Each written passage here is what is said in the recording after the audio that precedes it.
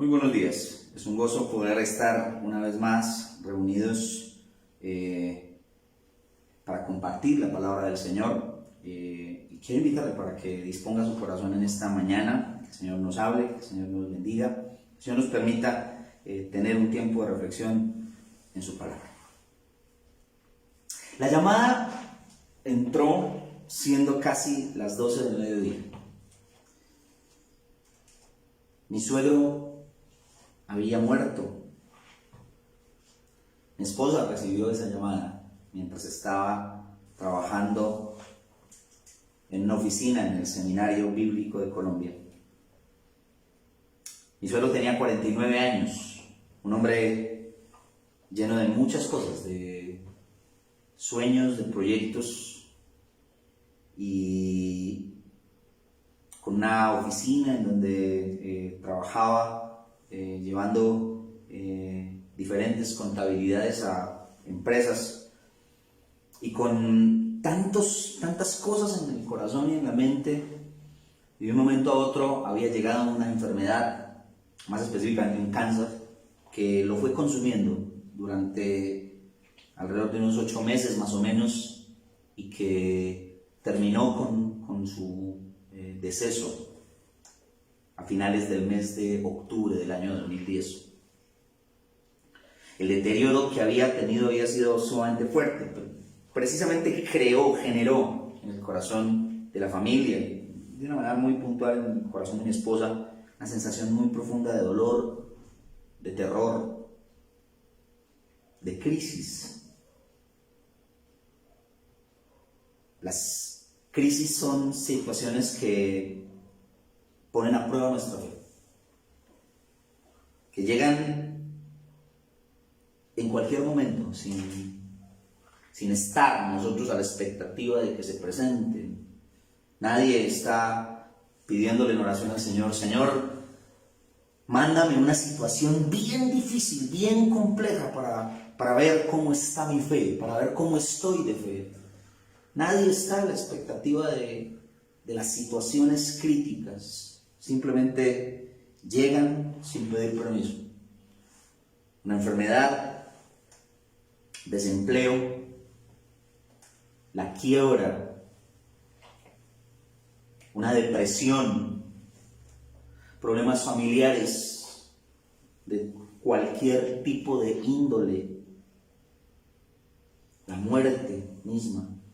Esta situación que estamos viviendo en este tiempo, que llegó sin pedir permiso. Cuando comenzó el año, nosotros estábamos escuchando las voces que venían desde Oriente, de un virus.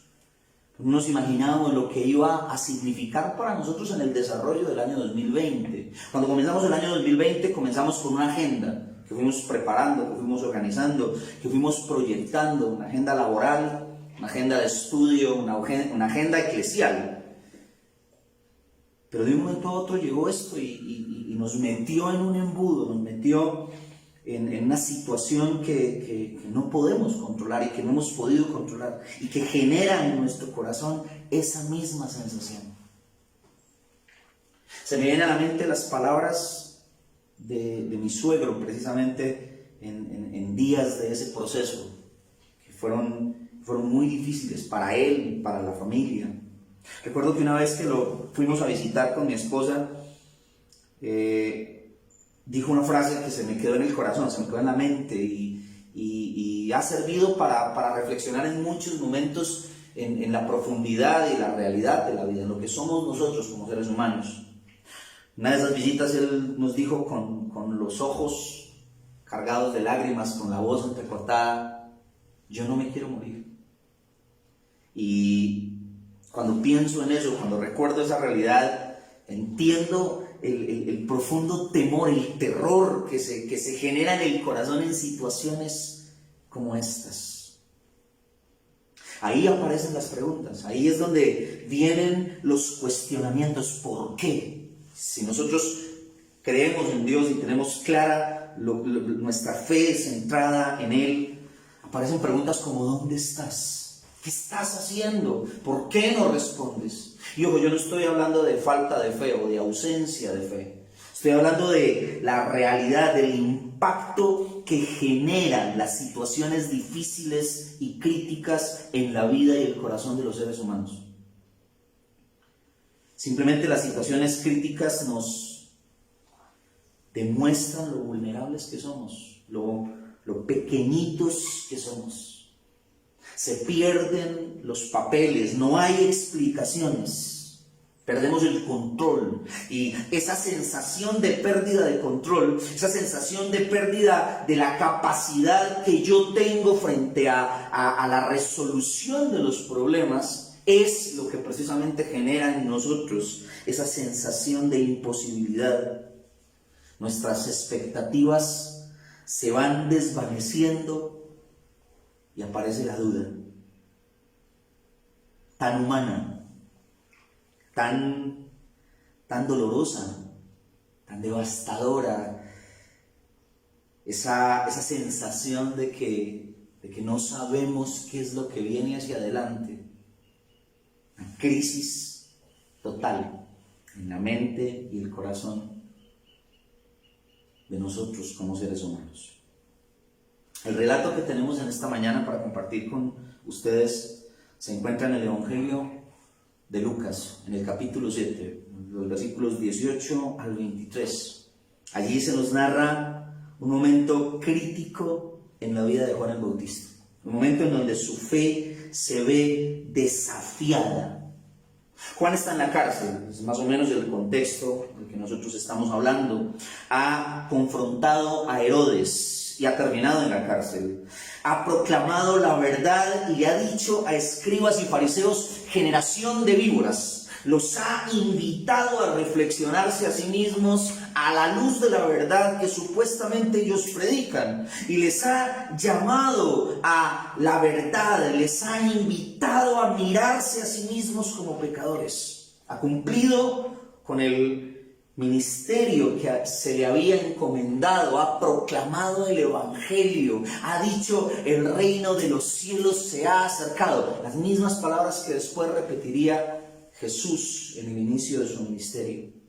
Mientras Juan está en la cárcel por estar llevando a cabo el ministerio al cual ha sido llamado, Jesús está afuera, enseñando, sanando, ministrando, haciendo milagros. E incluso, si usted lee los versículos antes de esta porción que tenemos en esta mañana para compartir la palabra, se da cuenta que ha resucitado al hijo de una viuda.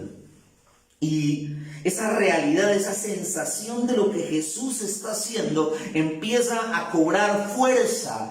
Todo el mundo está escuchando qué es lo que está pasando. Juan no, Juan está en la cárcel, pero Juan recibe un parte de sus discípulos que vienen a contarle estas cosas, vienen a contarle lo que está aconteciendo, lo que está sucediendo. Recordemos que al inicio del ministerio, Juan le dijo a sus discípulos: Él es, síganlo a Él es el Cordero de Dios, Él es el Hijo de Dios, es en Él en quien se ha posado el Espíritu, Él es el que bautiza con Espíritu.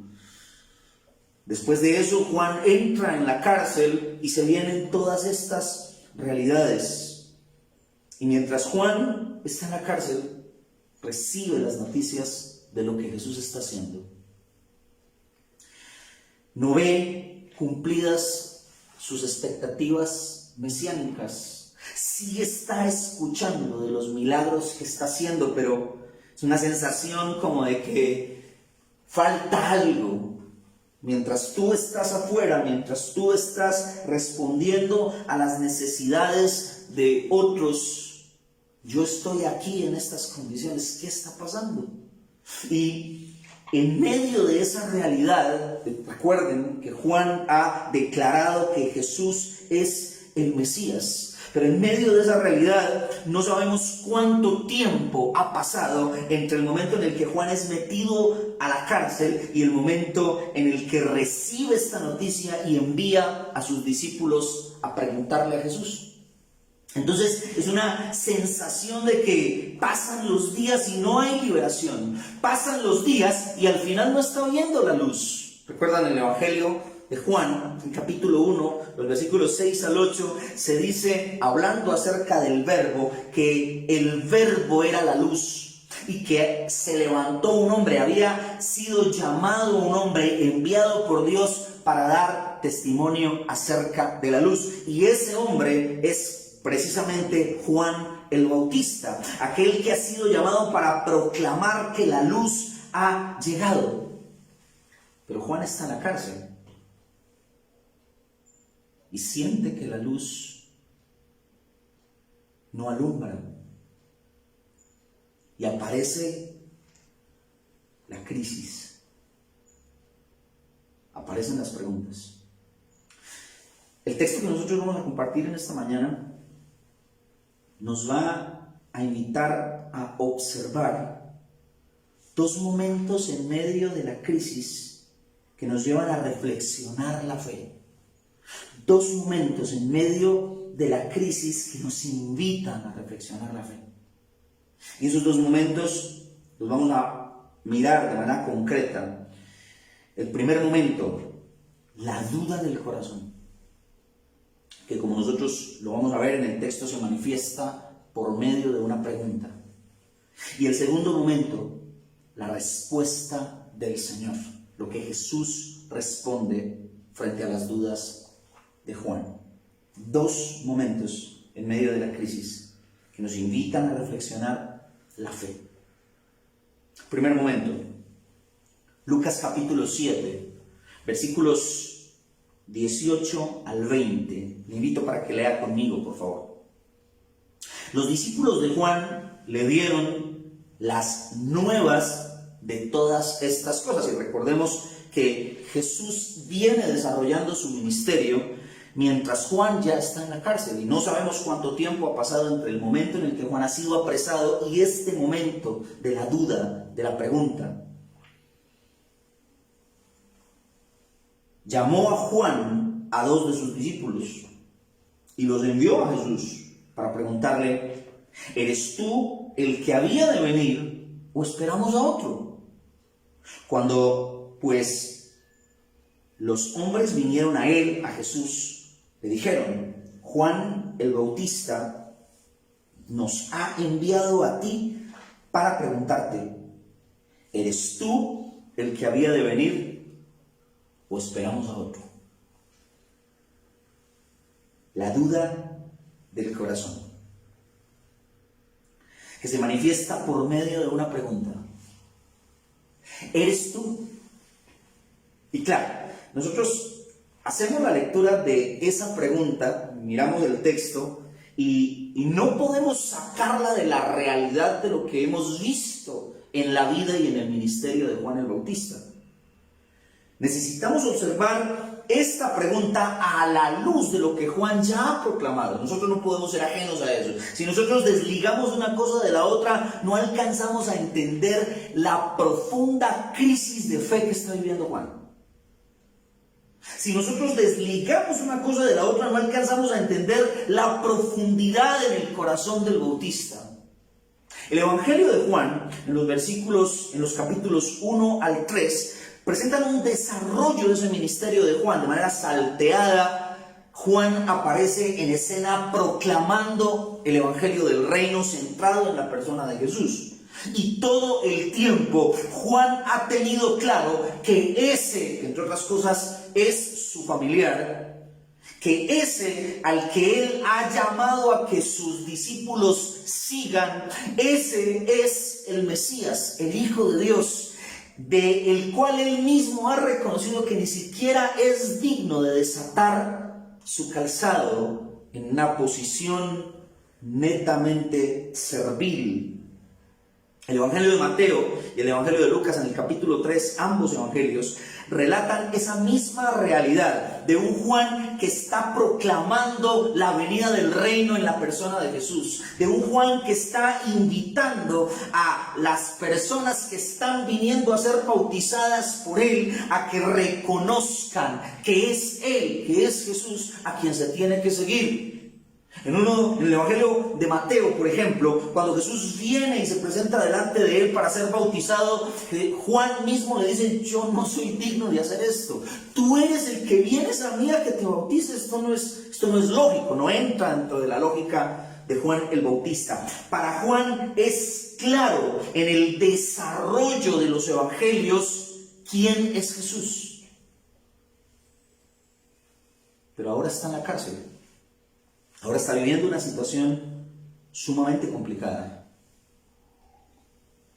Está siendo probado en su fe. Y eso le genera una duda profunda. Esta pregunta revela la profunda crisis en el corazón del Bautista. La duda que cuestiona su ministerio. La duda que cuestiona su vida, la vida que cuestiona su fe, la duda que cuestiona su fe, que lo hace sentir en una sensación, en una disposición de que, ¿qué estoy haciendo? ¿Sí es él o esperamos a otro? La pregunta es sumamente válida.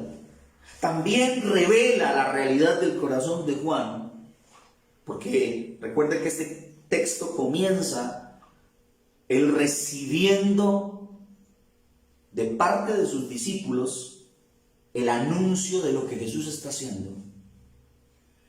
Para Juan no es suficiente escuchar lo que Jesús está haciendo y viene la duda.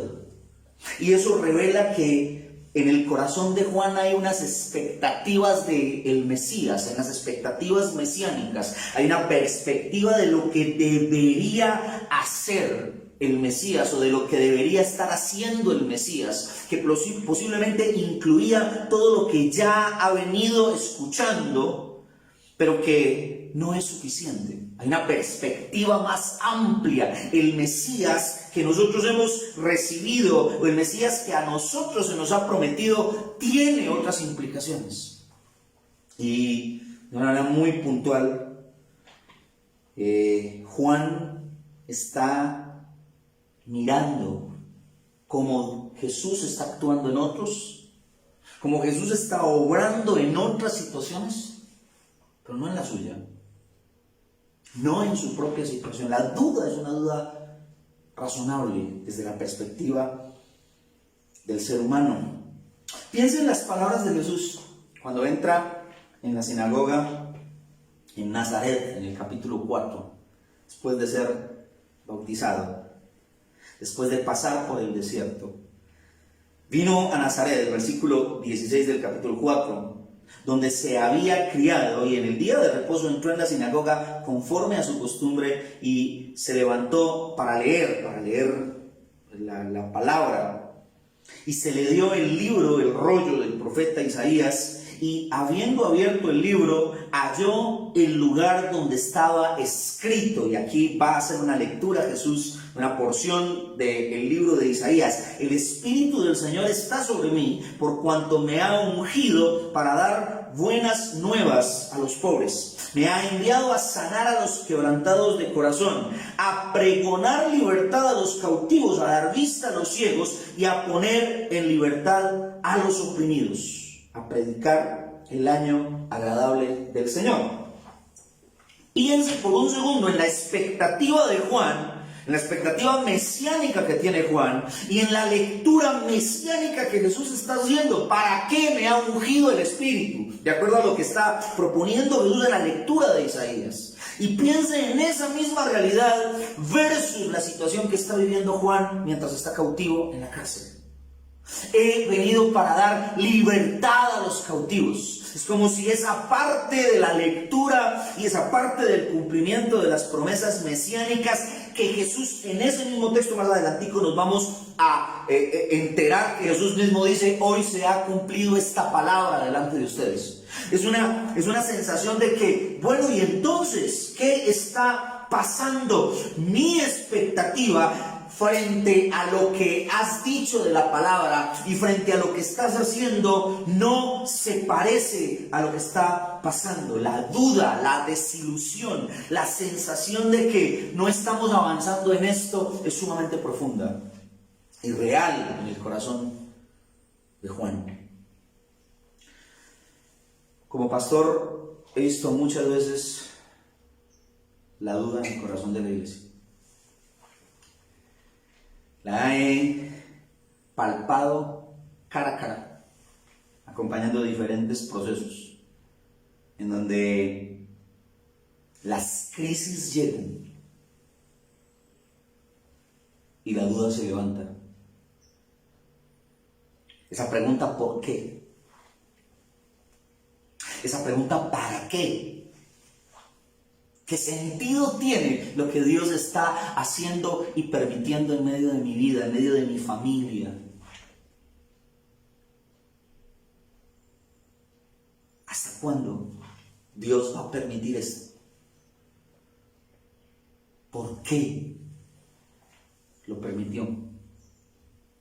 ¿Dónde estaba Dios en esos momentos?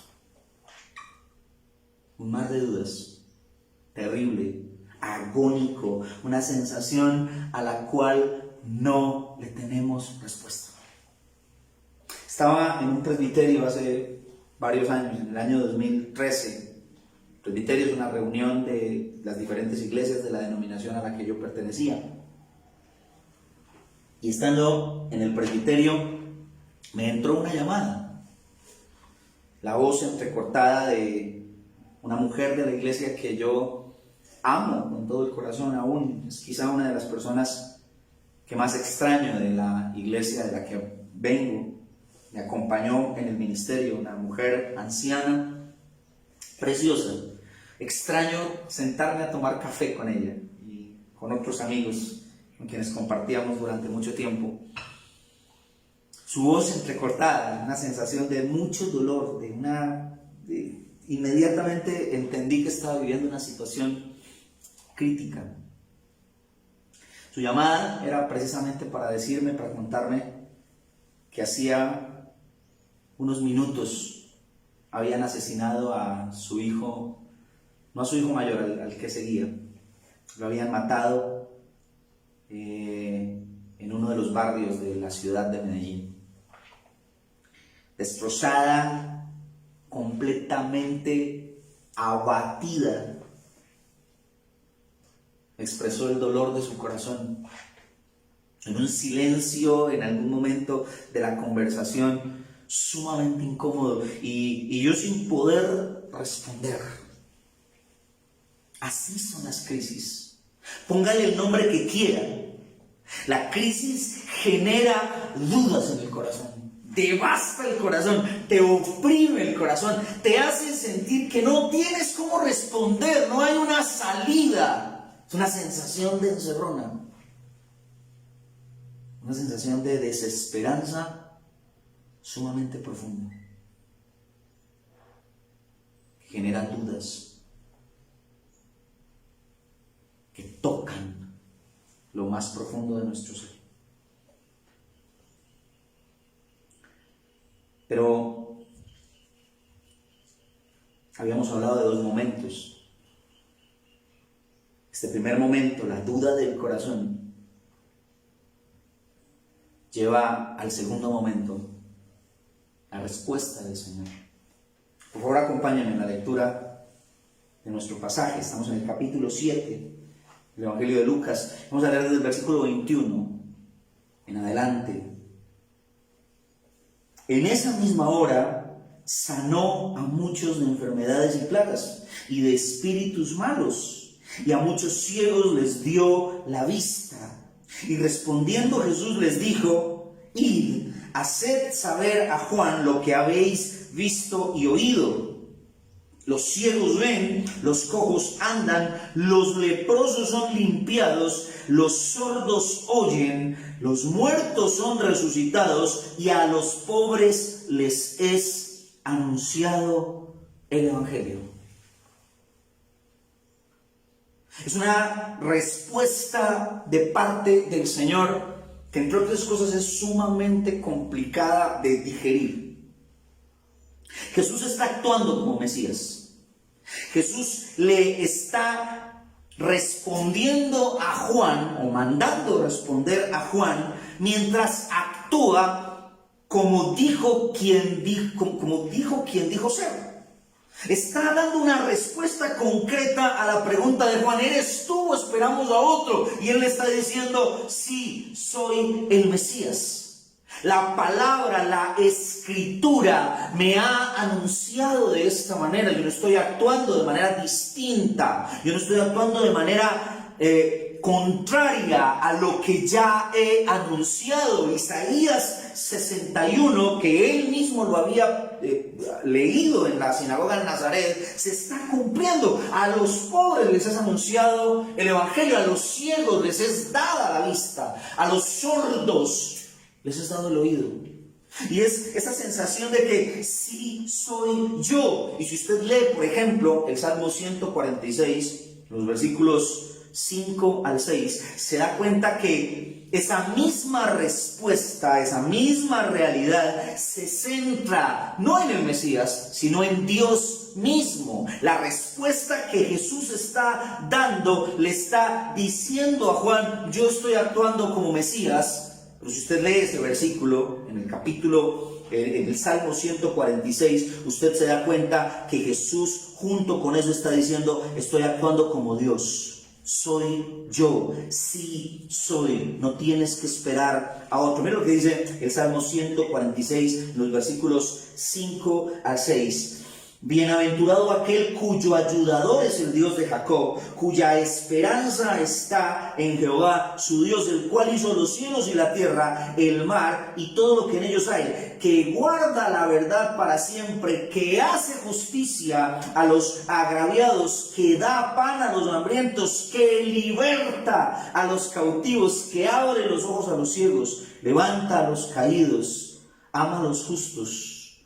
Jehová es el que guarda a los extranjeros, al huérfano, y sostiene a la viuda. Es Jesús dando una respuesta concreta de quién es Él. Estoy actuando como Dios actúa. Estoy actuando como el Mesías debería actuar. Y tú lo sabes. Jesús responde con sus actos, porque le está diciendo a Juan: tú que conoces, sabes que en mí se está cumpliendo la promesa mesiánica. Soy yo, el Mesías, el Hijo de Dios. Esta es una respuesta muy difícil de tragar, de digerir, muy complicada. Ustedes recuerdan que hace poco en una predicación, hablando en el libro de Apocalipsis, centrada en el libro de Apocalipsis, hablaba de lo difícil, lo complicado que es el silencio de Dios. Hablábamos del silencio de Dios.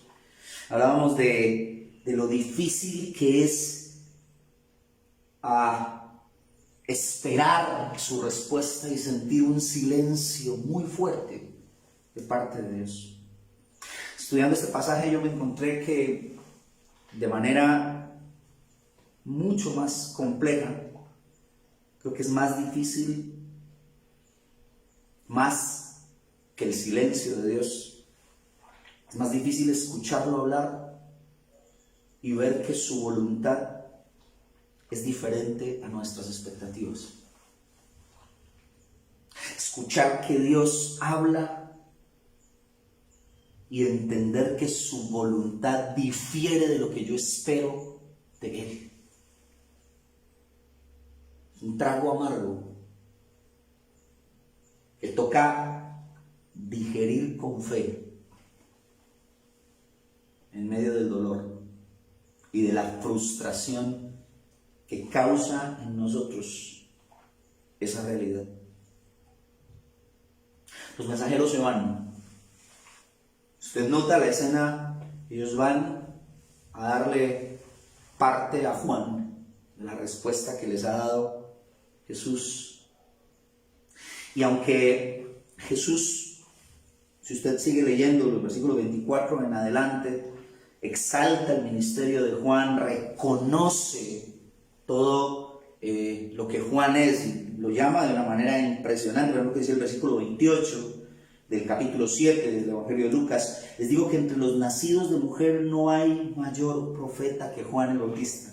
Para tener más o menos un diagnóstico, un peso de lo que Jesús está diciendo acerca de Juan. Pero hay algo muy extraño en esta narración. Hay algo que nos invita a nosotros a reflexionar. Les decía que esta situación de pregunta y respuesta nos invita a reflexionar la fe. Piense por un segundo en lo que aquí está sucediendo, porque Juan desaparece de la escena. Juan desaparece del radar de la narración de Lucas.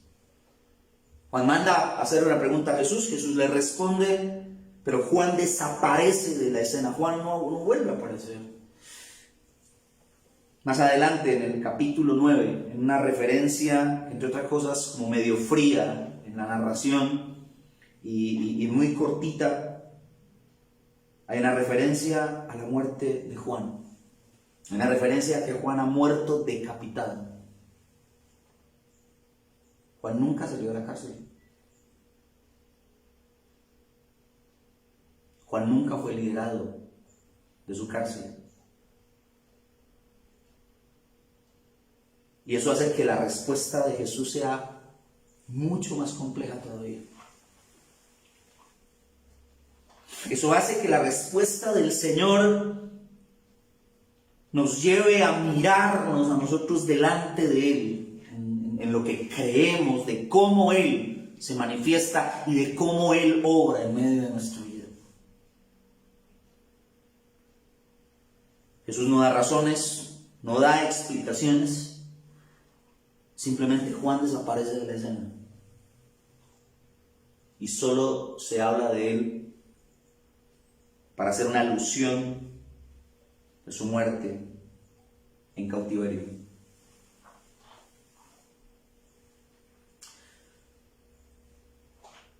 El silencio del texto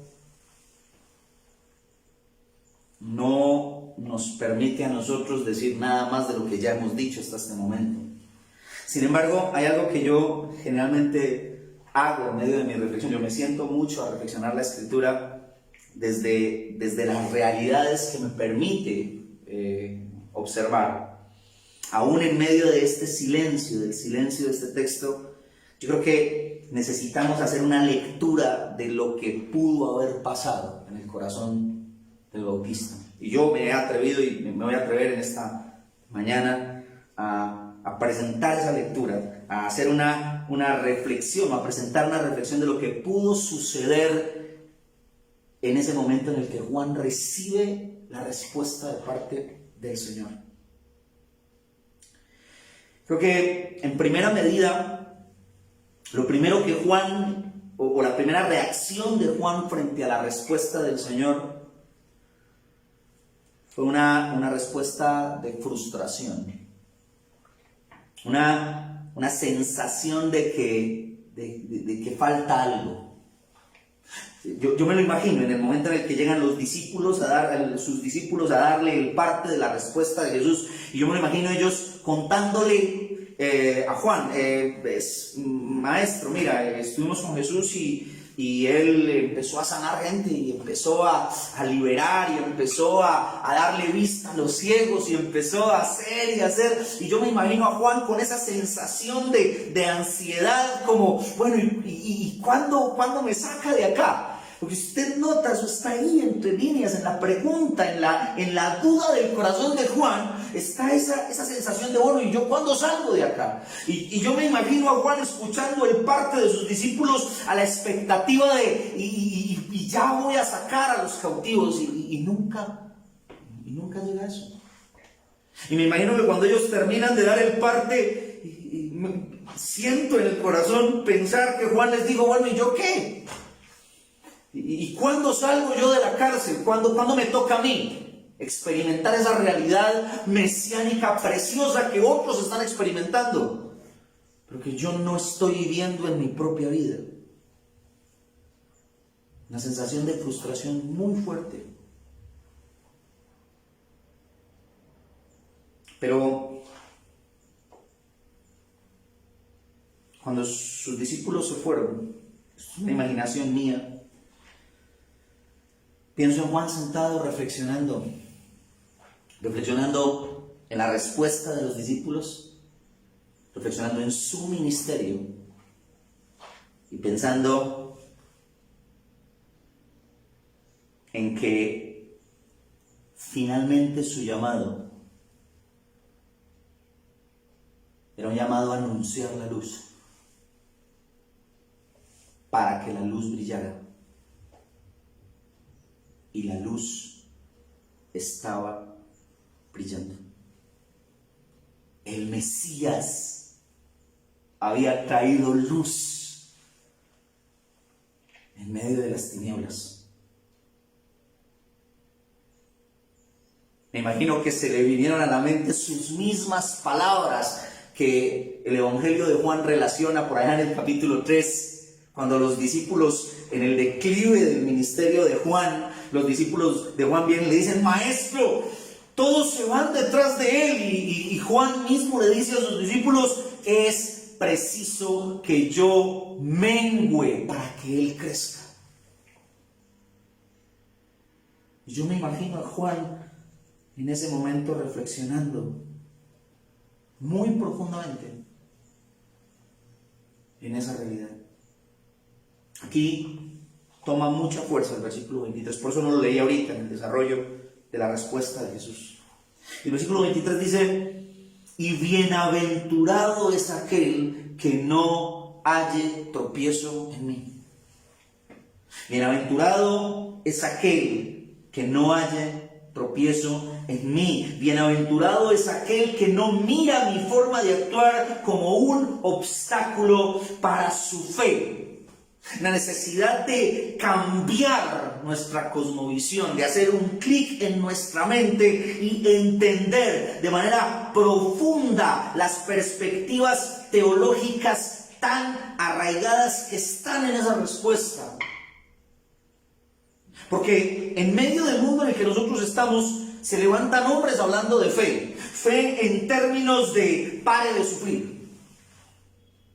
O fe en términos de Dios no puede permitir que sus hijos sufran. Como leía yo en esta semana en algo que me mandó el pastor Álvaro, que me dejó sumamente asombrado, pero bueno, forma parte de lo que he leído de este tiempo, de esta lectura humanista que dice que no entiende que Dios permita el sufrimiento y que no está de acuerdo con eso. Pero la Escritura nos invita a reflexionar en esa realidad. Cuando Pablo le dice al Señor en 2 de Corintios, en el capítulo 12, que está viviendo una situación crítica y que 3 veces le ha dicho que se la quite, lo que se denomina o lo que se ha llamado tantas veces como el aguijón en la carne, y que 3 veces Dios le contesta: bástate mi gracia. La fe no consiste en someter a Dios a nuestros anhelos, a nuestras expectativas. La fe consiste en que nuestra mente sea transformada a la mente de Dios y unirnos a Jesús en el Getsemaní, diciendo: si es posible, pase de mí esta copa, en medio de nuestro dolor, en medio de nuestra angustia, pero juntamente con eso decir: pero no se haga lo que yo quiero, sino lo que tú quieres. Hágase tu voluntad. De eso se trata la fe. Como dice la Nueva Traducción Viviente en la parte de este versículo 23, Dios bendice a los que no se apartan por causa de mí.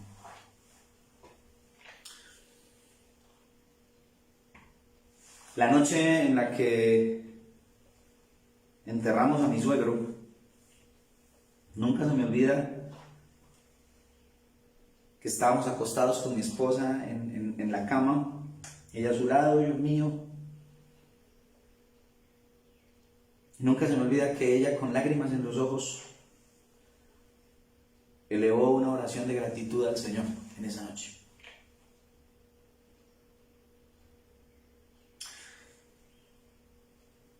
No se me olvida a esta mujer de las que les contaba ahorita, que me llamó a contarme que su hijo había muerto. Cuando lo estábamos llevando en el cementerio, acompañándola a ella y a su familia, antes de que metieran el féretro al cementerio, allá donde lo iban a enterrar, esta mujer empezó a alabar al Señor, a levantar una voz de alabanza al Señor, en medio de sus dudas. Era una bienaventurada que no encontró tropiezo en la voluntad de Dios distinta para su vida.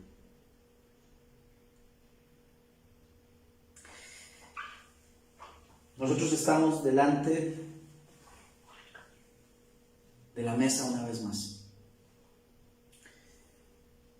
Y estamos delante de la mesa para recordar que precisamente el sufrimiento del Hijo de Dios es el que nos genera a nosotros esperanza y vida eterna. Estamos delante de la mesa para recordar, para traer a la memoria lo que Jesús hizo por nosotros. La agonía en Getsemaní, la agonía en la cruz, que se convierten en victoria para nosotros. Cuando nosotros venimos a la mesa, recordamos ese momento oscuro de dudas, de incertidumbre, que se convierten finalmente en la respuesta de Dios, que salva y libera y da esperanza para nosotros. Eso es lo que nosotros proclamamos a través del Evangelio. Eso es lo que nosotros traemos a través de la mesa. ¿Usted se imagina la sensación de incertidumbre tan profunda de los discípulos aquella noche, cuando Jesús tomó el pan, que habiendo tomado el pan lo repartió, diciéndoles: coman, que este es mi cuerpo, y por ustedes es partido? Pero esa misma noche Jesús ya se había ceñido, ya les había lavado los pies, ya les había servido y ya les había dicho que uno de ellos lo iba a traicionar, y ya había confrontado a Pedro diciéndole: tú me vas a negar. Cuando usted lee el capítulo 14, el inicio del capítulo 14 del Evangelio de Juan, arranca diciendo: no se turben en su corazón. Porque era un momento de dudas, un momento de incertidumbre. Él estaba diciendo en esa cena: este cuerpo es mi carne, que va a ser partida, que va a ser lacerada, que va a ser golpeada. Momento de incertidumbre. Pero como dice Pablo, un momento en el que recordamos: porque yo recibí del Señor lo que también les he enseñado, que el Señor Jesús, la noche que fue entregado, tomó pan y, habiendo dado gracias, lo partió y dijo: tomad, comed, este es mi cuerpo, que por vosotros es partido. Haced esto en memoria de mí. ¿Qué tal si, recordando el dolor de Jesús en la cruz, comemos del pan?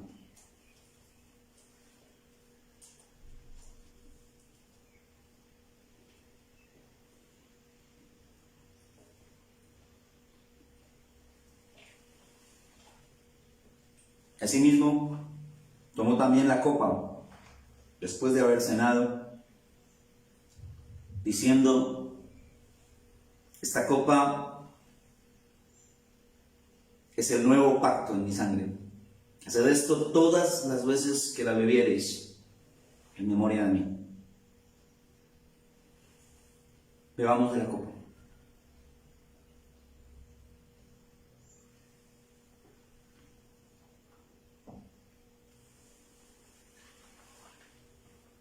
Así pues, todas las veces que comiereis este pan y bebiereis esta copa, la muerte del Señor anunciáis hasta que Él venga. Quiero invitarle para que en medio de su crisis, que posiblemente haya despertado grandes dudas, en medio de lo que usted pueda estar viviendo en este momento, o de situaciones que haya vivido, vengamos una vez más a adorar al Señor y hallar descanso en su respuesta. Que aunque muchas veces es diferente a lo que nosotros podemos esperar, siempre su voluntad es buena, agradable y perfecta.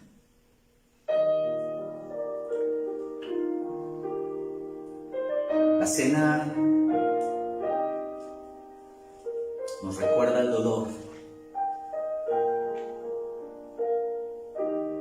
pero también la cena es un recuerdo de la gracia de Dios, de su gracia inigualable.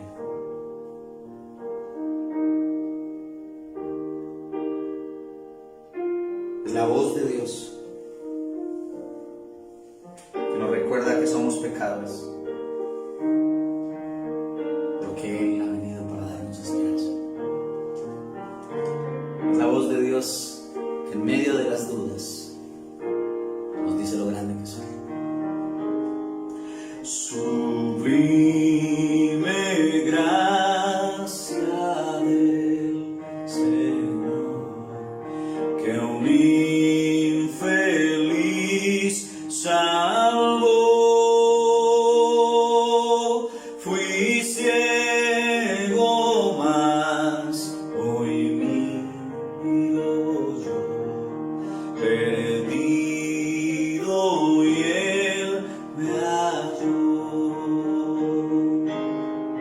Su gracia me enseñó a temer, mis dudas ahuyentó. Oh, cuán precioso fue a mi ser cuando Él me transformó.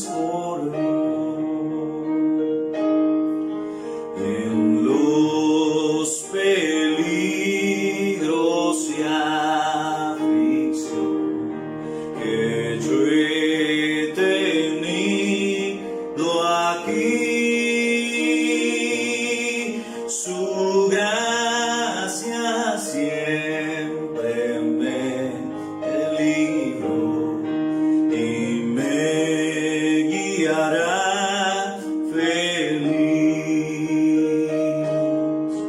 Y cuando en Sión por siglos mil brillando esté cual sol, yo cantaré por siempre allí su amor que me salvó.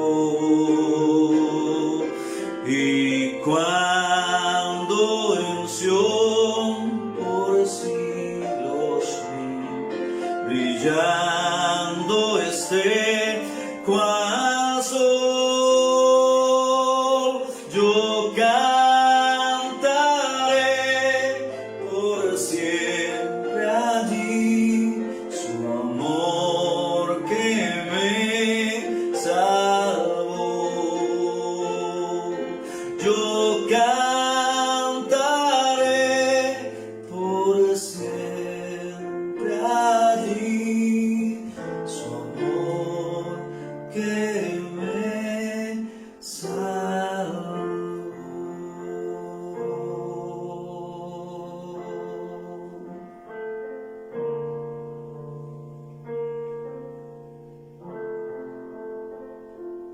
Las crisis generan dudas en el corazón.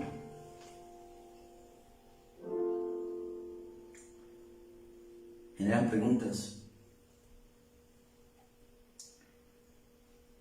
Y a veces la respuesta del Señor no es precisamente lo que nosotros esperamos. Este es un tiempo para recordar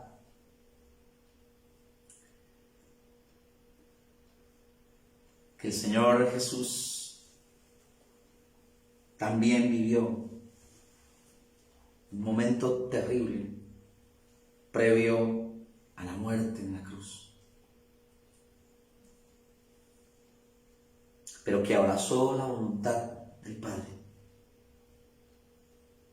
y recordó que es más bienaventurado aquel que no mira la forma en la que Dios actúa como un obstáculo para su fe.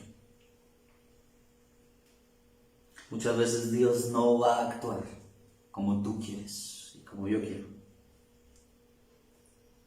Y a pesar de las dudas, nos sigue llamando con esperanza a la presencia gloriosa y viva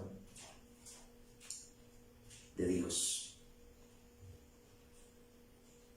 Por esta razón, una vez más, como cada domingo, al final de nuestro servicio, levantamos nuestra voz unidos, recordando las promesas del Señor Jesús, que nos dicen que Él vuelve. Y frente a esa realidad, levantamos nuestra voz una vez más, diciendo juntos: ven, Señor Jesús. Maranata. Que el Señor les bendiga.